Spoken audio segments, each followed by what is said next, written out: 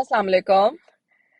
Guys, today we are going to start with the topic of lab introduction basically. So, here we are going to explore what's happening in our lab. Okay, so there are few measurements which are related to your syllabus. We are going to sort out these measurements, and then we are going to sort out different type of the apparatuses, their uses, etc., etc. So, the name of the topic is lab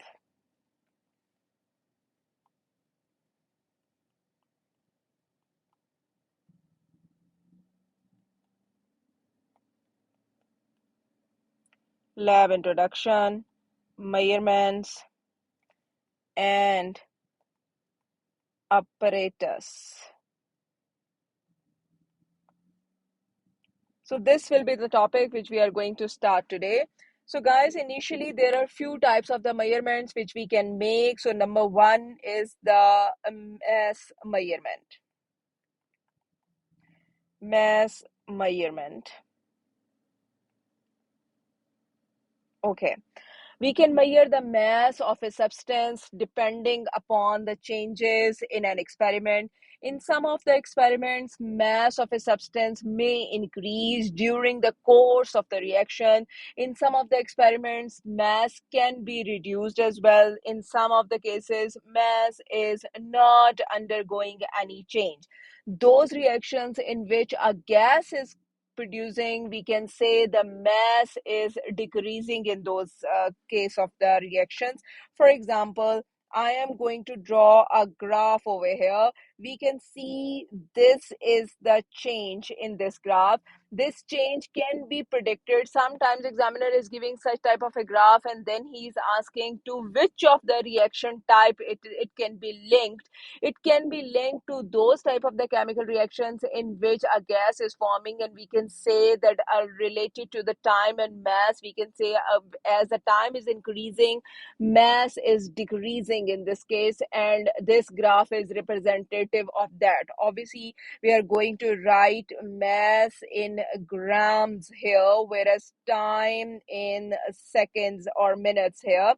So per unit time, this mass is decreasing actually. Okay, so this is the basic introduction, and it is related to mass. One should know this thing that mass has different units. Number one unit is gram. It can be kilogram, it can be milligram, it can be even tons as well. Okay, and now I'm going to share with you that how we can convert one unit into another unit. One thing that you should know is this, that 1 ton is equal to 1 ton is equal to 1000 kg, whereas 1 kg is equal to 1000 grams. 1 gram is equal to 1000 milligram. You should know this thing that gram is the system international unit, and we will use the mass in different calculations by using the unit of gram. Okay, now we are moving ahead, and we can say this thing that now we know this thing that mass can be increased or decreased, and now we know this thing what is the unit for the measurement of mass. But what is the apparatus for the measurement of mass? We can measure the mass through different ways, but in chemistry lab we want to have a perfect level of accuracy. So how we can approach that level? By measuring the mass on an electronic digital balance. So an electronic digital balance is an apparatus which can measure the mass very accurately to a high precision level. Okay, so electronic digital balance, I am writing here electronic digital balance. Okay, guys, I would like to tell you one more thing. In one of the experiment, it was a diagram like this. So it is the flask, and they were keeping it on a balance and electronic digital balance, and there were few numbers written over there. It's like that, 81.93 grams. Okay, so and then examiner has given a table to fill it up, and then a student should know this thing, that while solving a paper, he or she should pay perfect attention on each and everything written on the paper. So for example, if examiner has given a balance, the number, the value written on that is valuable, will be used in the paper, can be used in the calculation, might be it is a part of the calculation. So please pay perfect attention to all those values, to all those informations given on the paper. Okay, so this was the first measurement and it is related to the mass, and that is called mass measurement. Now we are moving on to the next page, and that is related to the next measurement, and it is the time measurement. We have to measure the time in any experiment. For example, any experiment has taken a longer interval of time, shorter interval of time. We cannot say it roughly, we cannot say it randomly. We have to say exact minutes or seconds, exact duration which any experiment has taken regarding its completion or reaching at a specific destination. Okay, so according to this all information, I would like to inform you that there are basically three types of the chemical reactions. Number one is the high speed chemical reactions, number two is the medium speed chemical reaction, and number three is the low speed chemical reaction. High speed chemical reactions are those chemical reactions which are taking longer intervals of time, and we can say this thing that in high speed chemical reactions, basically they are going to finish instantaneously, they are going to complete themselves in a fraction of a second. Similarly, if we are talking about medium speed of the reaction, we can say this thing that medium speed chemical reactions are those chemical reactions which are going to completion in a measurable time. We can measure the time of that reaction and they are going to completion in that interval of time. If we are talking about the slow speed chemical reactions, slow speed chemical reactions are those chemical reactions which are going to completion in such a longer interval of time, we cannot even count that time. So I'm going to give you examples of these three different types of the chemical reaction. High speed chemical reactions, for example, we are switching on the in car engine and switching off the car engine. Switching on the car engine, what is happening when we are switching on the car engine? It is basically the fuel of the car which is getting in touch with the spark. When we are providing the spark, the fuel is undergoing combustion, so that reaction is going to completion in a fraction of a second. It is such a smaller interval of time, it is impossible to calculate that speed of that reaction. So basically, whenever we are measuring the speed of the chemical reaction, we can say this much amount of the product is formed in this much interval of time. This much amount of reactants are consumed in this much interval of time. When I will teach you the topic of speed of a chemical reaction, I will write down the formulas of different types through which we can measure the speed of different chemical reactions. Over there, I will draw the graph of different chemical reactions as well. But I have given you an introduction to this story that whenever we have to perform any chemical reaction, we have to measure the time for the reaction as well.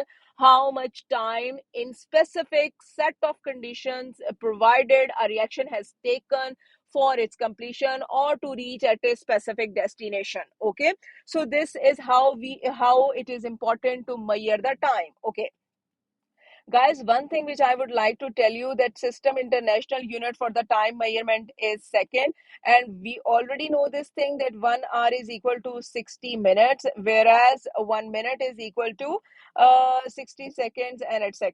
Okay, so but system international unit is second. Okay, now one thing which I have to tell it to you that what is the apparatus which we can use for the measurement of time, and that is called as that is stopwatch. It is not the simple watch, and why it is so? Stopwatch is a specific type of a watch which can be which can be stopped at any interval of time, which can be restarted. It can measure the intervals of time after regular intervals of time depending upon the setting you are using. So such type of all benefits we can take from a usage of a specific type of a stopwatch. Okay, more and more accurate time measurement is possible with the help of a stopwatch. Okay, so after time measurement and mass measurement, I will take you to a very important point, and that is called as the temperature measurement. Guys, you people should pay a perfect attention to the temperature measurement. It is of very high importance. Okay, Temperature measurement. Okay, we can measure the temperature in any chemical reaction. Okay, so how we can measure the temperature in any chemical reaction? It's a specific apparatus which is called as lab thermometer. We cannot say thermometer, we should say lab thermometer. Why it is so? Because in lab thermometer, basically we can say this thing that it has the ability to measure the temperature more accurately, and the mercury in that thermometer is mostly of red in color. Why red in color? So that we may differentiate in the colors of the reactants reacting with each other and the mercury color, so that we may be able to find out the exact temperature reading, etc. Okay, it can be in other colors as well, but mostly it is in red color. Okay, now there is one more thing which you should know this, that when we are talking about the lab thermometer, for example, there is a specific type of bulb at the end of that. Okay, so that specific type of the bulb it is of high importance, and we are going to use it in some other experiments. But right now I am telling it to you that this is the thermometer. Obviously it will have different type of the measurement levels over there, and the lab thermometer is having a bulb of the thermometer at the end. Okay, so it is the bulb of thermometer. Okay, so this should be very clear to you. Okay, now I am reaching to the next point, and that is the units for the measurement of units for the measurement of temperature. Number one is degree Celsius or degree centigrade. Next is degree Fahrenheit, and the third is Kelvin. Kelvin is the system international unit. At this level of 5070 or 0620, there is no requirement for the interconversion of these units in chemistry. In physics, you people will study these interconversions, and when I will teach you the AS chemistry. Over there we are teaching this thing to a student, that how we can convert the units of degree Celsius into Kelvin. Okay, now there is one more thing which is really very important, and that is there are two types of the reactions regarding temperature. This is very important. Okay, guys, two types of reactions regarding temperature.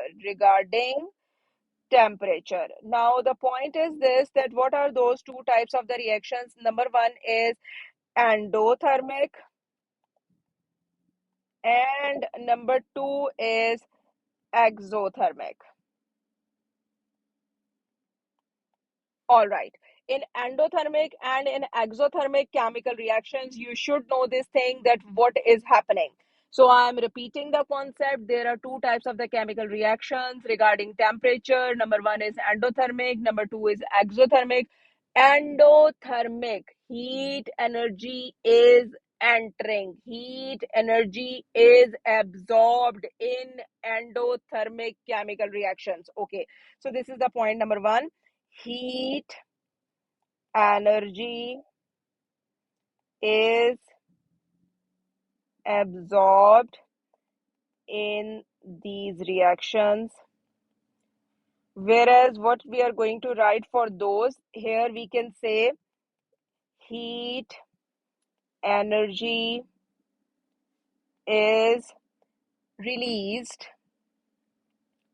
exited. Okay, exo related to exit in these reactions. Guys, we have to pay a perfect attention over there. Okay, now the point is this, that if any chemical reaction is going to absorb the heat energy, so remember this thing, that when we are talking about this chemical reaction, for example, this is a set of the chemical reaction, it is happening over here, for example. Okay, and we have placed a thermometer over there, and this is the chemical reaction happening over here. Okay, guys, this is I'm trying to make the surroundings here.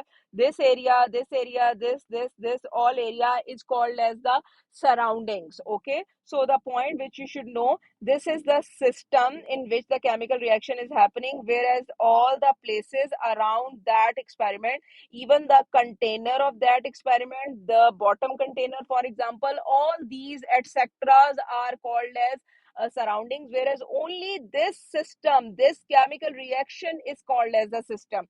So for example, if this chemical reaction is absorbing the heat energy from those of the surroundings, it means that this is an endothermic chemical reaction. If it will absorb the heat energy, if it will take the heat energy from the surroundings, it means that this is an endothermic chemical reaction. Now what will be the consequence of absorbing heat energy from the surroundings? Obviously temperature of the surroundings will be reduced because all the heat energy is going inside the chemical reaction. There is a very important point which I would like to tell you guys. This is the formula for water. We already know this thing. This is the formula for water. Today I am taking you to a little bit higher level. Okay guys, I have not taught you what is the bonding, but right now I am expecting from you to understand this. Okay, and what is the expectation? H2O is the molecular formula of water, whereas H bond O bond H is the structural formula of water. Okay, do we need to know the formulas as it is? Right now I will just request you people to understand for water only. Now I am spotlighting, for example, this is the chemical reaction here. Now the point is this, that thermometer cannot approach these bonds. Thermometer cannot touch these bonds. Okay. So now what I am saying you here. So for example, we are saying that this is a system. This is a chemical reaction happening over here. We are writing here that this is H and this is O and this is H, this is H and this is O and this is H, this is another, this is and this is an other water molecule. Okay, thermometer will come here, thermometer will come here. For example, thermometer is this. Okay, and now we can say that thermometer cannot go here, thermometer cannot go here.